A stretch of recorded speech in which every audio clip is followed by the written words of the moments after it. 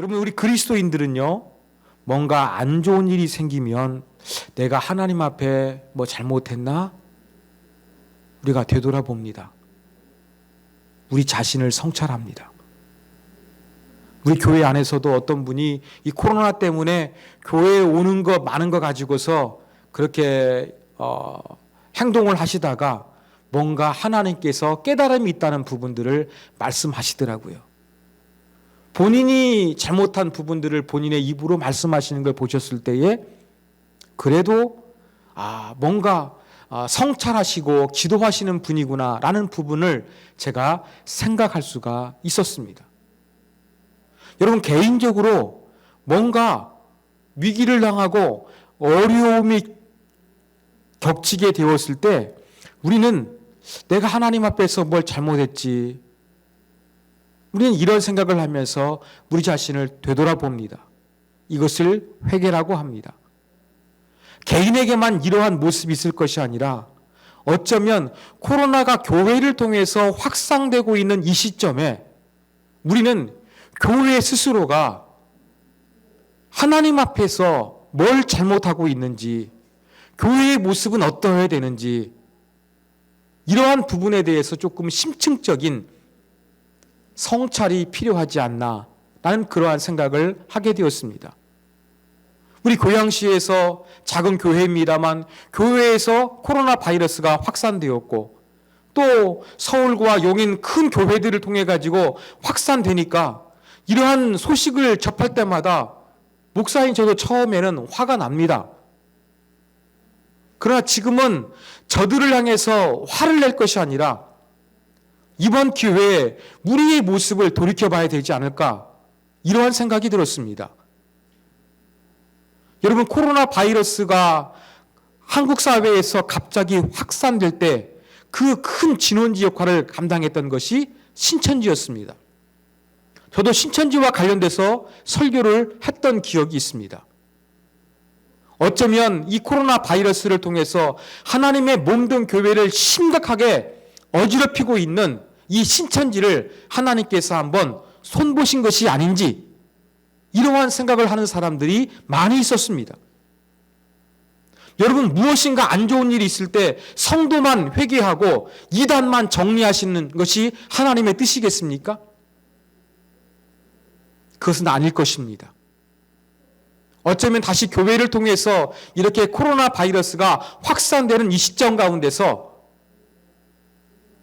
진원지가 되는 그리스도인들과 교회를 욕할 것이 아니라 이번 기회에 이 한국 교회가 뭘 잘못하고 있는지, 이렇게 천주교나 불교나 다른 종파에서는 이렇게 코로나 바이러스가 퍼지지 않고 있는데 한국 교회에서는 왜 이런지 우리가 하나님 앞에서 진지한 성찰이 필요한 시점이지 않을까.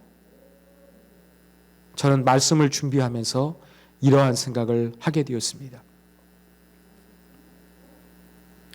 바로 오늘 본문 말씀이 이러한 생각을 하게끔 하는 본문입니다. 어떠한 내용인지 우리가 한번 살펴보도록 하겠습니다. 자, 예수님께서 놀라운 가르침을 행하셨습니다. 말씀만 잘하신 것이 아니라 귀신도 쫓아내시고 병든 자도 고치시고 배고파 굶주린 사람을 위해서 오병이어의 놀라운 이적도 행하여 주셨습니다. 그래서 예수님을 억지로 임금으로 삼고자 하는 사람들도 있었습니다. 그러나 모든 사람이 예수님을 좋아한 것이 아니라 예수님의 모습에 대해서 경계심을 가지고 있는 사람도 있었습니다. 오늘 말씀에 보면 예루살렘으로부터 온 서기관들과 바리새인들이 언급되고 있습니다. 저 갈릴리 지역에서 예수라는 사람이 인기가 있으니까 어떠한 사람인가, 어떻게 가르치는가 보기 위해서, 한번 체크하기 위해서 예루살렘에서 스스로가 나왔든지 아니면 파견된 사람들이 예수님과 예수님의 사역을 지켜보고 있었습니다. 이들이 지켜보는데 도저히 참을 수 없는 현상 한 가지를 발견했습니다. 그게 바로 무엇이냐면 예수님의 제자들이 음식을 먹을 때 손을 씻어야 되는데 손을 씻지 않고 그냥 음식을 먹는 거예요. 우리가 음식을 먹기 전에 손을 씻는 것은 위생의 문제로 인해서 손을 씻는 것으로 인식하고 있는데, 당시 유대 사회에서 음식을 먹기 전에 손을 씻는 것은 위생상의 문제가 아니라 종교적인 문제였습니다.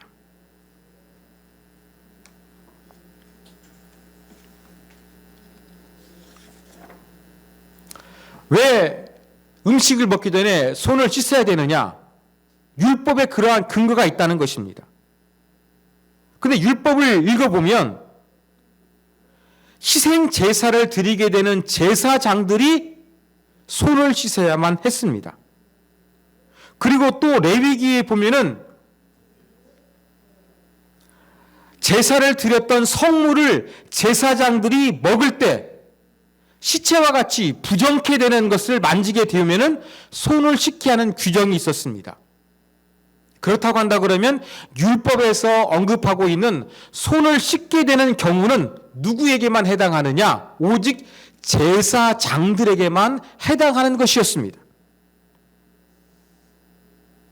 그런데 이것이 시간이 점점 지남에 따라 제사장만 손을 씻을 것이 아니라 식사하기 전에 바리새인들이 손을 씻기 시작했고, 자기들만 뿐만 아니라 모든 일반 유대 백성들도 식사하기 전에 손을 씻어야 한다라는 그러한 주장이 강하게 펼쳐지기 시작했습니다.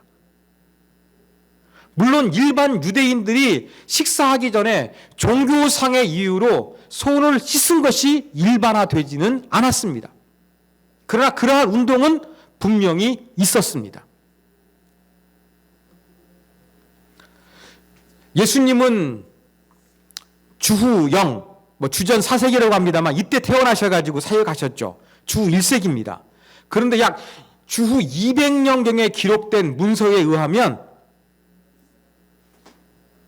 식사 전에 손을 씻어야 되는 것을 언급하고 있어요. 그런데 그냥 식사 전에 종교적인 이유로 손을 씻어야 된다 이렇게 언급하는 것이 아니라 어느 정도 물을 써야 되는지, 어떻게 손을 씻어야 되는지 이것까지 자세하게 규정을 하고 있습니다. 여러분, 이런 것들을 볼 때에 예수님 당시에도 지금 예수님의 제자들이 손을 씻지 않으니까 유대에서 온 서기관들과 바리새인들이 지금 예수님께 항의를 하고 있거든요.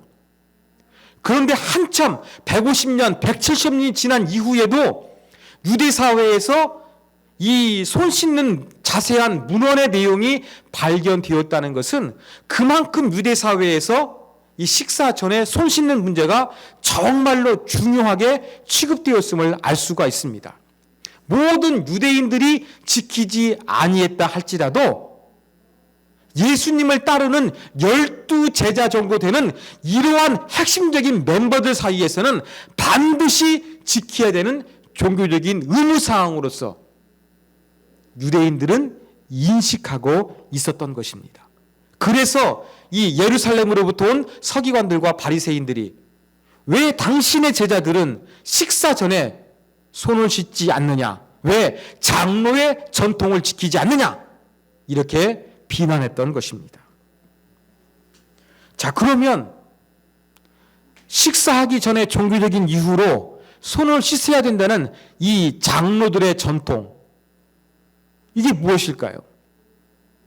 여러분, 전통으로 번역된 단어는 전승을 이야기합니다. 전승은 입에서 입으로 전해 내려오는 것을 의미하겠지요. 그렇다고 한다고 그러면 장로들의 전통은 원래 하나님께서 돌판에 써주신 기록된 말씀이 아닙니다. 성문화된 율법이 아니었습니다. 그저 저 조상 때부터 입에서 입으로 우리가 율법을 잘 지키기 위해서 이러한 것들을 실시해야 된다, 이렇게 내려오는 구전 율법이었던 것입니다. 그러면 왜 이렇게 율법을 잘 지키기 위해서 구전 율법을 엄격하게 만들어서 이스라엘 사람들로부터 지키도록 그렇게 사회 분위기를 만들어 갔던 것일까요? 그 이유는 이스라엘이 나라가 멸망했기 때문입니다. 바벨론 포로가 되어가지고 주권을 잃어버리게 되었어요. 그때 이스라엘 사람들은 반성하기 시작했습니다. 왜 우리가 하나님의 선택된 백성들인데 나라의 주권을 빼앗기고 이렇게 바벨론에서 포로 생활을 하게 되었는가? 그 이유를 분석하기 시작했습니다. 여기에 대한 결론이 바로 무엇이었느냐? 우리가 하나님의 말씀을 지키지 아니했다. 우리가 율법대로 살지 못했다는 결론을 내리게 되었고, 이러한 분석에 의해서 이 바벨론 포로 시대 이후에 유대 사회에는 철저히 율법을 지키고자 하는 운동이 일어나기 시작했습니다. 그때 바로 무엇이 이루어지게 되었느냐? 율법을 철두철미하게 지키기 위해서 조상 때부터 좋은 신앙을 위해서 지켜야 된다고 입에서 입으로 내려왔던 구전 율법이 이제 성문화되었던 것입니다. 그리고 이때를 틈타가지고 아까 말씀드린 것처럼 여러분 제사장만 그 음식을 먹거나 희생제사를 드리면서 손을 씻어야 되는데 일반인도 뭐 제사 드리는 것도 아닌데 그냥 집에서 밥을 먹는데도 손을 씻어야 된다라는 규정이 생겨나게 된 것이었습니다. 그리고 여러분 탈무드 아시죠? 이 탈무드가 지금 말씀드린 그 전승된 여러 율법의 그 세부 규칙들이 있었습니다. 이것을 성문화시켰습니다. 그러다가 예수님이 돌아가신 이후 약 250년, 270년이 되어가지고 주 300년경에 이것을 성문화시키는데 원래 율법의 한 10배 정도 되는 분량입니다. 이 구전 율법이 다시 한번 성문화되는데 이게 바로 무엇이냐? 이게 바로 탈무드라는 것입니다. 자, 율법을 철두철미하게 잘 지키기 위해서 유대인들은 장로들의 전승이라는 것을 만들었고 이 장로들의 전승을 보다 중요하게 생각해서 성문화시켜서 이것을 철두철미하게 지키기 위해서 노력을 했습니다. 그러면 장로들의 전통, 여러분 긍정적으로 생각이 됩니까? 부정적으로 생각이 되십니까? 보다 율법을 철두철미하게 지키기 위해서 장로들의 유정을 만들었다고 하니까 우리는 긍정적으로 아름다운 모습으로 보입니다. 그런데 예수님의 말씀을 보면 전혀 긍정적인 것이 아니었습니다. 자, 왜 당신들의 제자들은 장로들의 전통을 지키지 아니해서 식사 전에 손을 씻지 않느냐? 이러한 비난을 했다고 제가 말씀을 드렸습니다. 자, 여기에 대해서 예수님 뭐라고 말씀하십니까? 6절 이르시되 이사야가 너희 외식하는 자에 대하여 잘 예언하였도다. 이사야의 내용, 이 백성이 입술로는 나를 공경하되 마음은 내게서 멀도다. 구약 예언서를 인용하시면서 외식하는 자라고 했습니다. 겉과 속이 다른 모습을 가진 모습이라는 것입니다. 겉은 신앙을 잘 지키기 위한 것처럼 보입니다만 전혀 신앙과 거리가 먼 것이라고, 진정한 마음은 없는 것이라고 예수님께서 대답하셨습니다. 자, 장로들의 전통, 율법을 생활화하고 율법을 보다 범하지 않고 효과적으로 지키기 위해서 세부 규칙을 만든 것이라고 제가 말씀을 드렸습니다. 분명히 장로들의 전통은 율법을 잘 지키기 위한 보완장치였습니다. 그런데 실상은 어떠했느냐? 율법을 잘 지키기 위해서 만들어진 보완장치가 오히려 율법으로부터 멀어지게 되고 오히려 율법을 파괴하게 되는, 전혀 기대하지 아니했던 역효과가 나타나게 되었다고 예수님께서 지적하신 것입니다. 그러면서 예수님께서는 이렇게 율법을 잘 지키기 위해서 만들어진 장로들의 전통이 어떠한 여효과, 율법을 범하게 되는 결과를 가져오게 되었는지 구체적인 예를 말씀하셨습니다. 그 구체적인 예가 무엇이냐? 바로 고르반 서원이었습니다. 고르반. 고르반의 뜻은 하나님께 드림이 되었다. 하나님께 바쳐진 헌물이라는 뜻을 가지고 있습니다. 바로 이것을 예수님께서 말씀하신 거예요. 자, 예를 들어 가지고 제가 가지고 있는 이러한 어떠한 스마트 기기라고 한번 보겠습니다. 이걸 가지고 제가 고르반 하면 이것을 하나님께 드린다는 거예요. 얼마나 좋은 내용입니까? 그런데 유대 사회에서 어떤 일이 있었냐면요, 그 나이 드신 부모님들을 모셔야 되잖아요. 또 나이 드신 부모님 모실 때 돈이 필요하잖아요. 그것이 부모님의 재산일 수도 있고 내 재산일 수도 있습니다. 그런데 거룩하신 하나님께 드린다고 하면서 부모를 공양해야 될 재물을 가지고서 어떻게 하느냐? 고르반 이렇게 서원해 버리는 거예요. 원래 이 부모님을 부양하기 위해서 원래 부모님의 돈이신데 이것을 내가 하나님께 드리겠습니다. 고르반 서원을 하는 것입니다. 서원한 것은 뗄 수가 없습니다. 지켜야만 했습니다.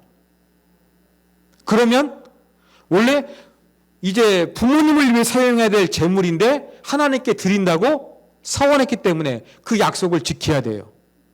그러면 어떻게 됩니까?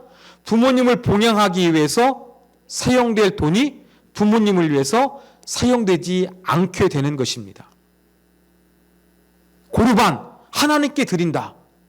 우리는 부모님보다 하나님을 더 소중히 여긴다. 이러한 믿음의 표현이며 헌신의 표현일 수도 있습니다. 그런데 여기에는 교묘한 인간의 탐심이 있는 거예요. 고르반 해가지고 어떻게 합니까? 부모를 위해서 사용해야 될 재물인데 하나님께 드린다고 하면서 그것을 부모님을 위해서 사용하지 않는 거예요.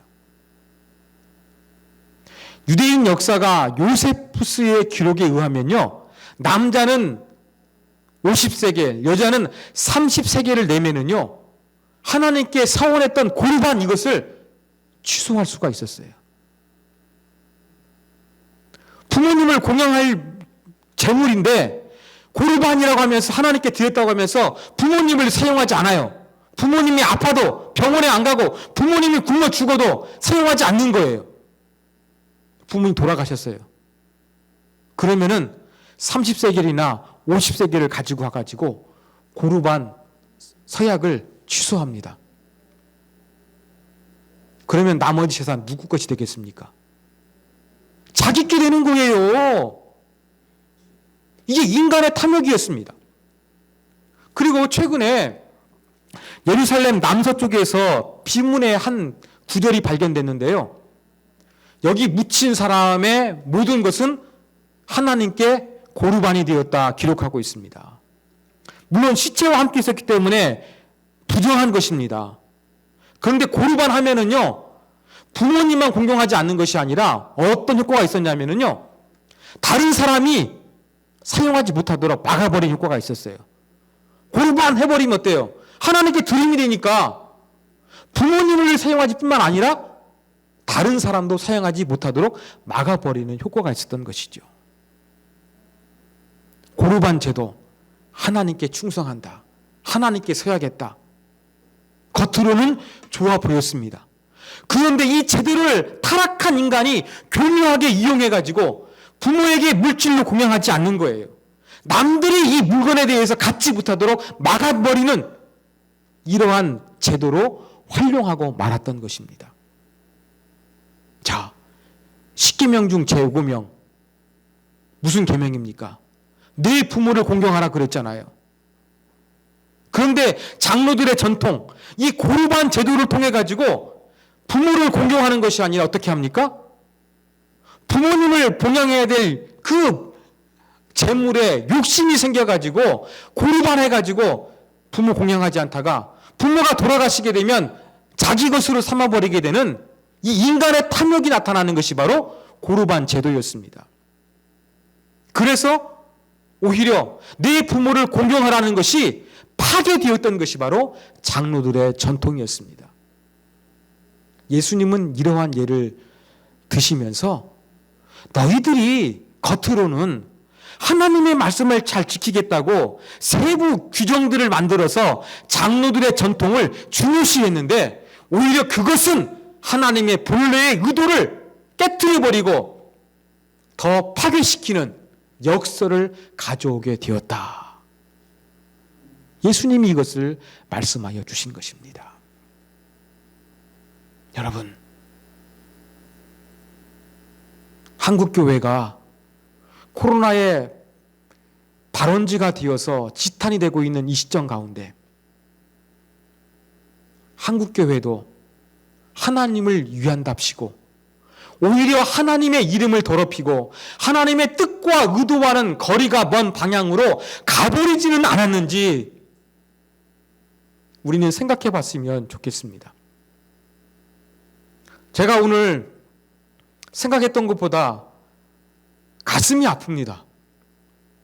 뭔가 큰일이 일어난 것도 아닌데 제가 설교하려고 하는데 가슴이 아파요.